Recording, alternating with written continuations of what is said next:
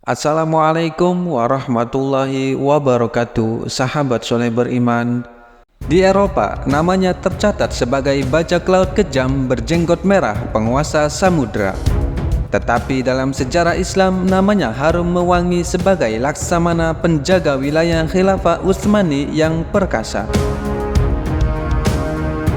Saat-saat itu, kaum muslimin Andalusia memang sedang mengalami keruntuhan setelah pemerintahan Islam berhasil tegak megah selama 7 abad di Eropa. Sedangkan kaum muslimin kala itu tinggal sedikit di bawah penguasa Bani Ahmar di kota Granada. Dalam kondisi seperti ini, seluruh kerajaan Kristen bersatu menggalang kekuatan untuk mengusir kaum muslimin dari Spanyol selama-lamanya. Pada akhirnya Granada benar-benar runtuh jatuh ke tangan kaum Salibis. Raja kecil Abu Abdullah menyerah pada Raja Ferdinand dan Ratu Isabella. Kunci istana Alhambra dan Granada diserahkannya kepada Raja Ferdinand pada tahun 1492 Masehi. Tak lama setelah berhasil mengusir kaum muslimin dari pijakan terakhirnya di Granada Spanyol, orang-orang Portugis dan Spanyol, para konquistador yang haus kekuasaan ini segera menyerbu pantai-pantai Afrika Utara.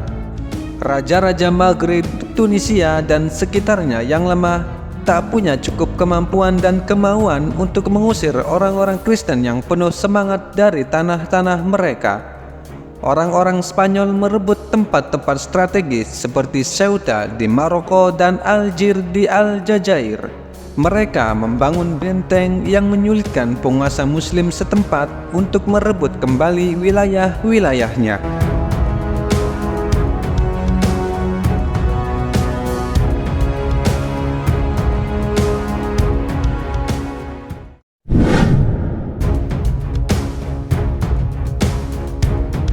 Khairuddin lahir pada tahun 1478 di Pulau Lesbos di desa Palaiokipos, Yunani. Ia memiliki 2 orang saudara perempuan dan 3 saudara laki-laki. Ketiga saudara laki-lakinya bernama Ishak, Aruj, dan Ilyas. Mereka dilahirkan di Pulau Lesbos yang saat itu menjadi wilayah Turki Utsmani. Ayah mereka, Yakub bin Yusuf, merupakan veteran perang pada masa kekuasaan Sultan Muhammad Al-Fatih. Sedangkan ibu mereka merupakan penduduk asli pulau setempat. Keluarga itu menetap di Lesbos tak lama setelah penaklukan pulau itu oleh pasukan Al-Fatih di tahun 1462.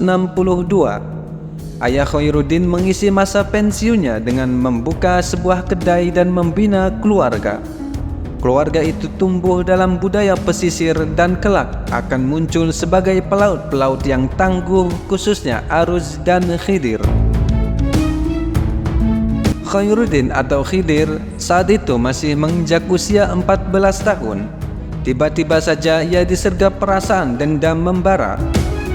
Ia terkesima dengan situasi jiwanya. Selama ini dia adalah orang yang tak peduli dengan pertikaian antara kaum muslimin dengan Salibis di Andalusia. Barangkali berita-berita besar yang dibawa oleh para pelaut yang baru datang dari pesisir Afrika Utara itulah penyebabnya. Ia dengan seksama terus mengikuti berita-berita itu dari pelaut yang mampir di kedai ayahnya di tepi pantai Lesbos sebelah barat Asia Kecil. Sungguh berita itu langsung menggugah kepahlawanan Khairuddin remaja. Matanya bagai terbuka lebar-lebar dan telinganya menjadi peka atas berita pembantaian kaum muslimin secara kejam di Andalusia. Di usianya yang ke-14 tahun, ia dimatangkan oleh berita-berita tragis kaumnya. Berita runtuhnya kekuasaan Islam di Andalusia.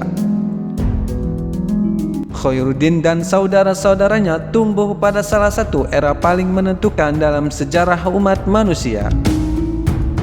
Mereka hidup di tengah benturan peradaban yang keras di wilayah Mediterania, benturan peradaban antara timur dan barat.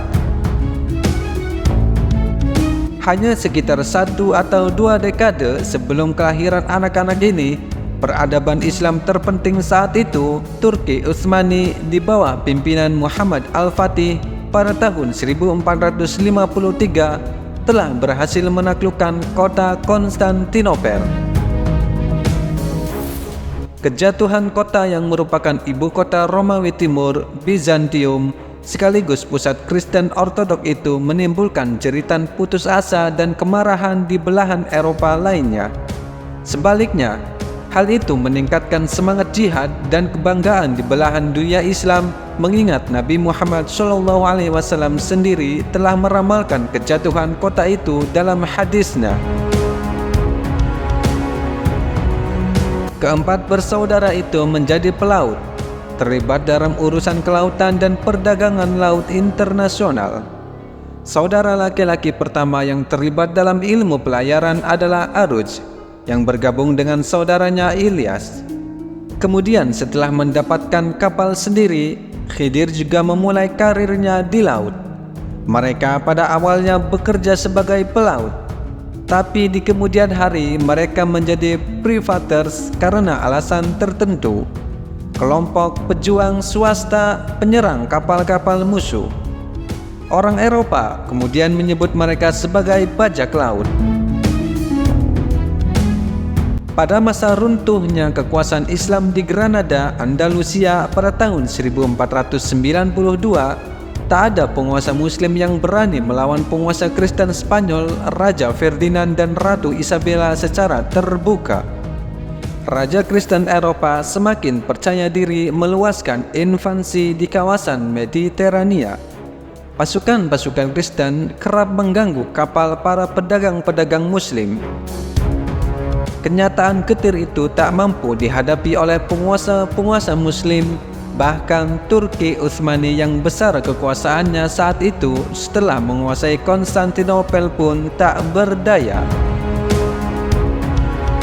Di tengah ketidakberdayaan itu, muncullah Aruj dan Khairuddin yang membentuk kelompok pejuang swasta untuk tampil menghadapi ancaman penjajah Kristen Eropa. Keputusan Aruj, sang kakak Khairuddin menjadi privaters bermula saat ia merasakan pengalaman buruk dengan pelaut-pelaut Kristen Eropa.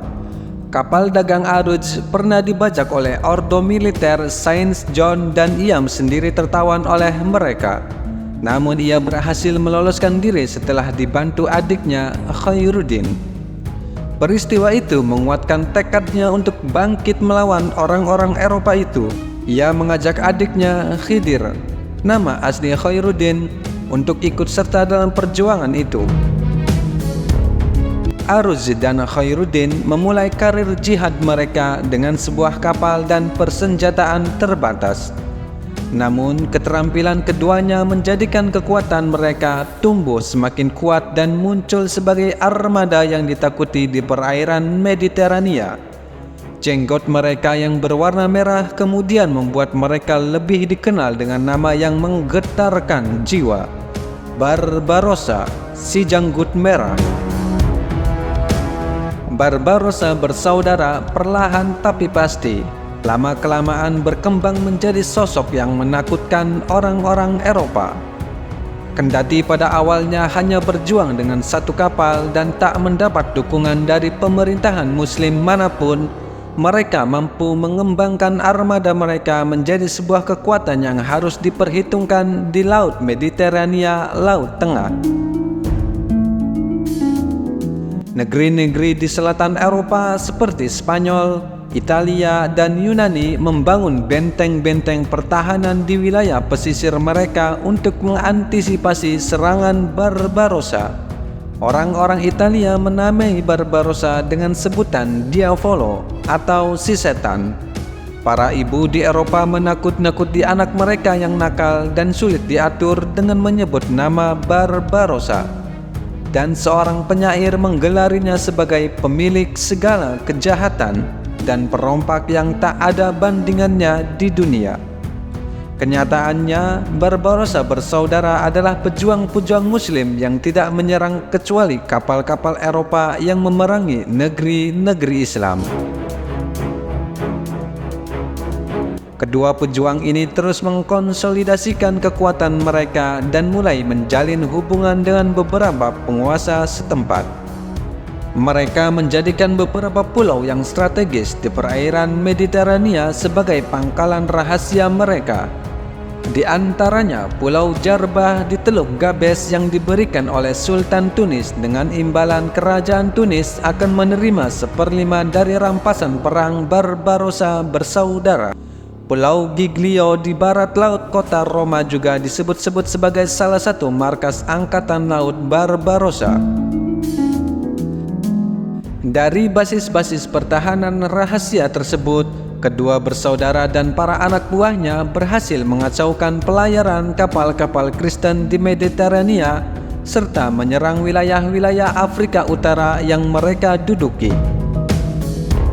Sepanjang tahun 1510-an, armada Si Janggut Merah berhasil membebaskan beberapa kota penting di pesisir Aljazair seperti Algier, Bajaya, dan Zaizil. Pada masa-masa ini, mereka juga berhasil membantu orang-orang Andalusia yang melarikan diri dari kekejaman orang-orang Spanyol. Tidak sedikit dari kaum pelarian ini yang kemudian bergabung dengan armada Barbarossa bersaudara. Hubungan kedua bersaudara ini dengan para sultan Afrika Utara yang wilayahnya mereka bantu bebaskan tidak sepenuhnya mulus. Sebagian dari sultan ini rupanya merasa terancam dengan kekuasaan Barbarossa yang semakin lama semakin besar. Sultan Salim Al-Taumi, penguasa Aljazair, mulai merasa terganggu dengan aktivitas Aruj dan Khairuddin dalam membebaskan Algier dan beberapa kota pantai Aljazair lainnya. Sang sultan kemudian mengusir Aruj dan anak buahnya dari Aljazair pada tahun 1516. Pengusiran tersebut menyebabkan Aruj mengambil sebuah keputusan penting. Ia menganggap Aljazair terlalu penting sebagai basis perjuangan melawan Spanyol dan para sekutunya. Sementara sultan negeri itu tidak memiliki komitmen yang jelas terhadap kaum muslimin, maka ia pun menggulingkan Sultan Al-Taumi dan bertindak sebagai penguasa Aljazair. Tahun ini menandai era baru perjuangan Barbarossa bersaudara. Dari perjuangan yang sepenuhnya bersifat militer, kini mulai merambah wilayah politik dan kenegaraan. Pada tahun yang sama di Eropa, cucu Ferdinand yang bernama Charles diangkat menjadi Raja Spanyol. Walaupun pada saat itu usianya baru 16 tahun, ia segera akan menjadi penguasa terpenting di Eropa, sekaligus menjadi musuh utama Turki Utsmani dan Barbarossa bersaudara. Keadaan di Mediterania semakin memanas pada tahun-tahun berikutnya. Pada tahun 1517, Sultan Salim mengirim pasukan Turki Utsmani memasuki Mesir dan merebut wilayah itu dari kekuasaan dinasti Mamluk. Sementara itu, Barbarossa bersaudara mulai menjalin hubungan dengan pihak Turki dalam jihad mereka menghadapi orang-orang Eropa Barat. Pada tahun 1518, Aruj dan pasukannya bergerak ke Tlemcen, Tilmisan untuk menghadapi penguasa setempat yang berhasil dihasut oleh pihak Spanyol. Khairuddin sang adik diperintahkan oleh kakaknya untuk memimpin Algier selama kepergiannya. Aruj dan anak buahnya berhasil merebut Tlemcen selama beberapa waktu, tetapi mereka segera dikepung oleh tentara Spanyol dan penduduk wilayah itu. Aruj dan pasukannya berhasil meloloskan diri. Namun, pejuang yang biasa dipanggil Baba Aruj oleh anak buahnya ini akhirnya gugur sebagai syuhada dalam pertempuran menghadapi musuh di tempat yang tak terlalu jauh dari kota itu. Kini, Khairuddin Barbarossa, sang adik, terpaksa memimpin armada dan pasukan yang telah mereka bangun selama beberapa tahun tanpa sang kakak. Ketiadaan Aruj ternyata tidak melemahkan Khairuddin.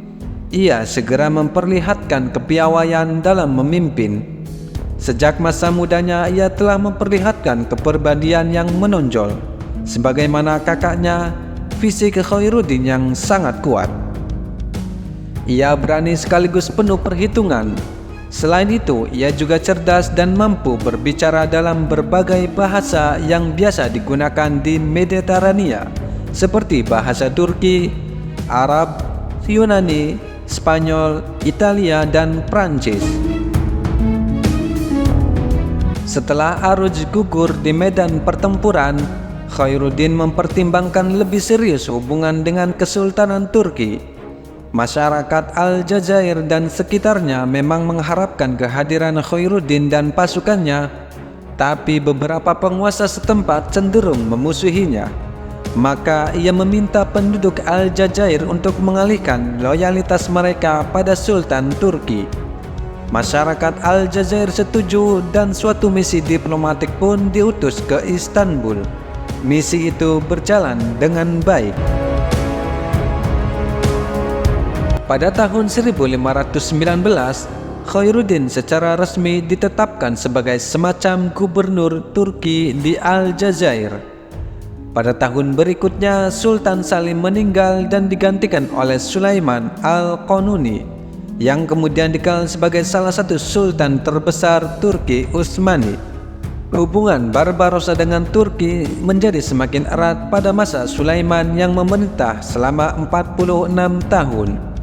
Kendati telah ditetapkan sebagai penguasa Aljazair, Khairuddin Barbarossa lebih sering berjuang di lautan sebagaimana masa-masa sebelumnya. Ia dan armadanya sempat menyelamatkan 70.000 Muslim Andalusia yang tertindas di bawah pemerintahan Charles V.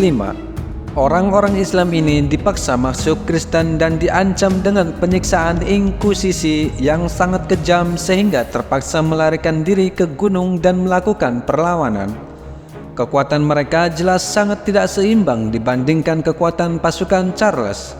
Maka mereka pun meminta bantuan Barbarossa yang segera menolong dan memindahkan mereka secara bertahap ke Aljazair. Pada tahun 1529, Khairuddin Barbarossa berhasil merebut kembali Pulau Penon yang terletak di seberang Algier dan selama bertahun-tahun dikuasai oleh tentara Spanyol. Ia dan pasukannya membombardir benteng pulau itu selama 20 hari. 20.000 tentara Spanyol yang berlindung di balik benteng itu berhasil ditawan dan diperkerjakan untuk membangun benteng di pesisir Algier. 7 kapal Spanyol yang kemudian datang untuk memberikan bantuan akhirnya juga jatuh ke tangan Barbarossa. Pada tahun yang sama, Sultan Sulaiman menyerang dan mengepung kota Wina, Austria untuk yang kedua kalinya. Walaupun serangannya yang kedua ini juga gagal sebagaimana sebelumnya, hegemoni tentaranya di darat bersama dengan kekuatan armada Barbarossa di Laut Tengah telah menimbulkan tekanan dan kekhawatiran yang besar di Eropa Barat. Pada tahun 1533, Khairuddin diundang ke Istanbul oleh Sultan Turki. Ia pun berangkat dengan 40 kapal dan sempat berpapasan dan memenangkan pertempuran melawan armada Habsburg di perjalanan ke Istanbul. Setibanya di ibu kota Turki Utsmani itu, ia disambut dengan meriah dan diangkat sebagai Kapudan Pasha, Grand Admiral, posisi tertinggi di Angkatan Laut Turki. Ia menyandang gelar itu hingga tahun kematiannya 1546. Tentu saja ini merupakan sebuah puncak karir yang luar biasa untuk seorang bajak laut. Tapi Barbarossa memang dianggap sangat layak untuk posisi itu oleh para petinggi Turki Utsmani. Kemampuannya di bidang angkatan laut sangat diperlukan untuk membangun armada Turki yang tangguh. Bahkan seorang konsul Prancis menyatakan bahwa puncak kesuksesan dinasti Umayyah di lautan telah dimulai ketika Khairuddin menghentakkan kakinya di pelabuhan di Istanbul. Ketegangan dengan pihak Spanyol semakin serius setelah itu. Pasukan gabungan yang sangat besar jumlahnya berhasil merebut Tunisia dari tangan Barbarossa pada tahun 1535.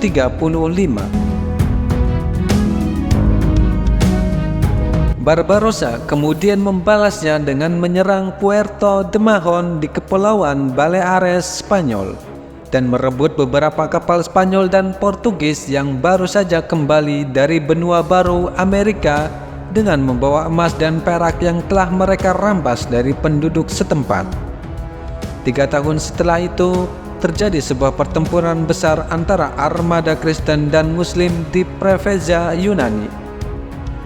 Armada Kristen yang terdiri dari 600 kapal Spanyol, Holy Roman Empire, Venesia, Portugis, Genoa, Vatikan, Florence, Malta, dan negara-negara Eropa lainnya yang dipimpin oleh Andrea Doria berhasil melumatkan armada Barbarossa yang jumlahnya hanya sepertiga dari kekuatan musuh. Setelah saling mengintai di perairan Ionian, Yunani, armada Barbarossa memasuki Selat Preveza yang sempit dan menunggu di teluk besar yang terdapat di bagian dalamnya, sementara musuh menunggu mereka di luar. Ini terjadi pada hari Jumat 27 September 1538. Barbarossa mengumpulkan pasukannya untuk mengatur strategi dan memutuskan untuk bergerak keluar dan menghadapi musuh secara langsung. Armadanya melintas keluar Selat Preveza pada hari Sabtu sebelum fajar. Kedua armada besar itu saling berhadap-hadapan pada saat matahari baru saja naik. Barbarossa dan armadanya berhasil menerapkan strategi perang secara jitu. Kendati jumlah kapal mereka lebih sedikit, tapi kapal-kapal mereka lebih lincah dan meriam-meriam mereka mampu menjangkau jarak yang lebih jauh. Setelah bertempur selama beberapa jam, armada Barbarossa mampu melumpuhkan separuh armada Andrea Doria. Kekalahan telak yang tak disangka-sangka ini membuat armada pimpinan Andrea Doria itu terpaksa mengundurkan diri. Kaum muslimin berhasil memenangkan pertempuran besar itu. Setelah tahun 1538, beberapa pertempuran masih terjadi antara pihak Kristen dan Muslim dan lebih sering dimenangkan oleh pasukan Muslim. Ketika Charles V berusaha menguasai Aljazair dengan 200 kapal perangnya pada tahun 1541, mereka malah disergap badai di perairan Algier dan terpaksa kembali pulang dengan kerugian besar. Di tahun-tahun terakhir hidupnya, Barbarossa sempat ditugasi membantu pasukan Prancis yang pada saat itu bermusuhan dengan Spanyol di bawah kepemimpinan Charles dan memilih untuk bersekutu dengan Turki. Ia membantu Prancis merebut kota Nice pada tahun 1543, kemudian menetap di kota Toulon selama musim dingin, sebelum pergi ke Jenewa untuk menegosiasikan pembebasan salah satu anak buah terbaiknya, Turgut Reis. Khairuddin Barbarossa meninggal dunia di Istanbul, Turki pada Juli tahun 1546. Ia tetap dikenang sebagai seorang pejuang lautan yang tangguh dan seorang mujahid, kendati orang Eropa menyebutnya sebagai bajak laut. Selama masa hidupnya, sebagian besar wilayah Afrika Utara berhasil dibebaskan dari penjajahan Eropa dan perairan Mediterania berhasil diamankan. Setelah wafatnya Khairuddin Barbarossa, kedudukan Khairuddin Barbarossa sebagai Kapudan Pasha dipegang oleh Turgut Reis, hingga yang terakhir ini syahid pada tahun 1565 dalam pertempuran menghadapi Ordo Saint John di Pulau Malta.